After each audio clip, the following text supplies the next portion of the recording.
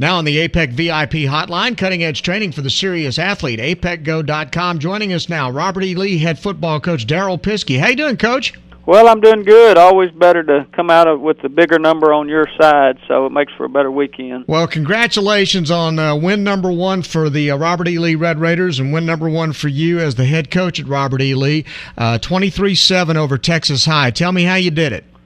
Well, really just the defense made plays at the end of the game. It's kind of a mirror image of the first three games. We'd been in the football game up 10-7 at halftime and made some mistakes to let them stay in the football game, and then the difference was the kids actually made some plays in the fourth quarter to pull it out, so that was a good sign. Coach, talk about how difficult it was, or maybe it wasn't, for your team getting off to the 0-3 start when you're trying to put a new program in and getting kids to buy in and all. How hard was it to keep them motivated and keep them going to get them to this point?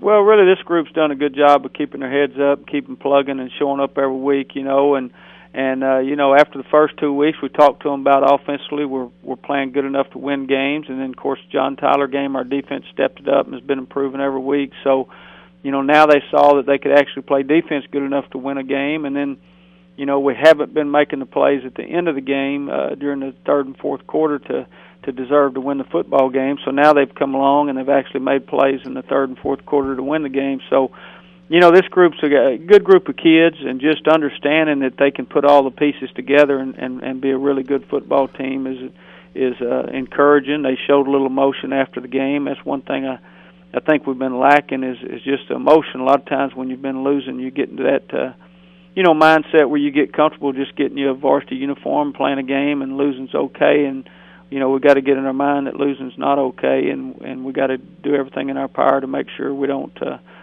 lose the football game. Well, it was the first win in 10 games, so I'm guessing it had to be a pretty fun atmosphere around there afterwards. Yeah, they were in a good mood, and hopefully, they'll once you get that taste, you definitely want it. There's still a lot of things we can get better at, and we're going to need to get better at this week, with Mesquite Horn coming to town. Talk a little bit about your offensive play. Raleigh Poster playing quarterback right now, and his play in this ball game. Riley's doing a good job. He's a good kid. He smart kid, so he's doing a good job reading coverages. We had a little mess up right there before half on that fade route. There's a couple of options we had, and then let that slip away. But good thing they kept their head up and they didn't let that cost us a football game. Just battled back and then took advantage of the turnovers late in the game to win it. And obviously, LaQuintus Wallace has been a steady influence for your offense all along.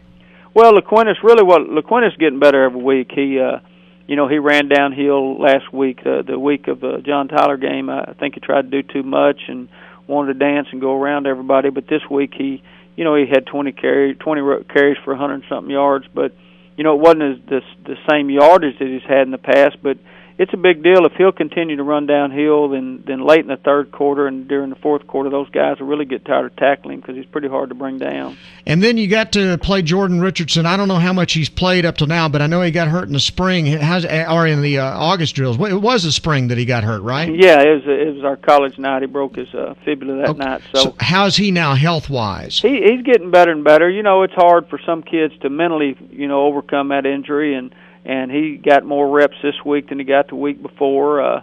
The package when he's in the game gives us 3 good running backs back there in the backfield counting him, and he actually can throw the ball well. So he's getting better, and that's the good news. Him and Riley, handled it well mentally. That's what we talked to him about after last week's game is, understanding everybody understands their role, and when Jordan's in the game, he can do these things better than Riley. And when Riley's in the game, Riley can do these things better than Jordan, but together they make a pretty good quarterback. So, we'll continue to work on that, and that's got to improve, to have a chance to win enough district games, get in the playoffs, and then maybe be pretty good by the end. And you mentioned the defense. Talk about some specific players who've really stood out for you on defense. Well, really the D-line, Tristan Taylor, Delkey Derrick, Adam Saganassi, and Keith Anderson, all those guys rolling in and out have done a good job. Coach Reed does a good job rotating those front three.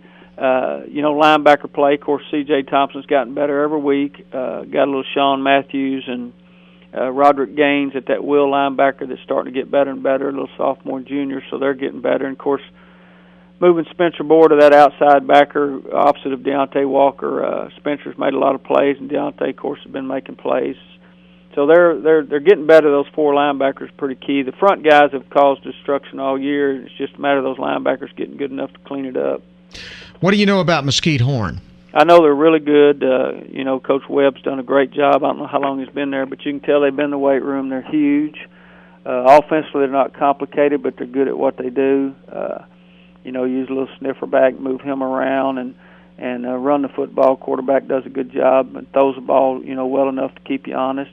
Defensively, they're just huge. 4-3 defense. They're huge up front. Their front 7 are just a bunch of gorillas.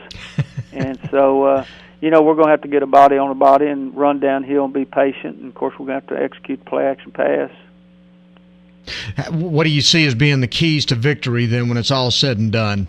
Really just staying steady on defense, getting better, tackling well, stopping the run. They're going to run the ball, and they do a good job of it. They put 30 up on John Tyler, who's I thought had a pretty good defense. And so, being able to score offensively, you got to take care of every possession because, they're going to score some offensively just because they're pretty dang good. And then so you got to match them with your offense, and the ones that make the least mistakes are probably going to come out on top. Well, Coach, again, I know it was a huge win. That first one's always big, and I know for your kids it's been a long time coming, and it had to be a great time for them. And so we want to congratulate you and wish you the best of luck when you take on Mesquite Horn this week to Open District. Well, we appreciate it. It's going to be fun. Oh, it always is when you win, Coach. Hey, yeah. Thanks very much for coming on with us. We appreciate it. Darrell Piske from Bryan Houston Sports Radio Live on 99.3 Talk FM.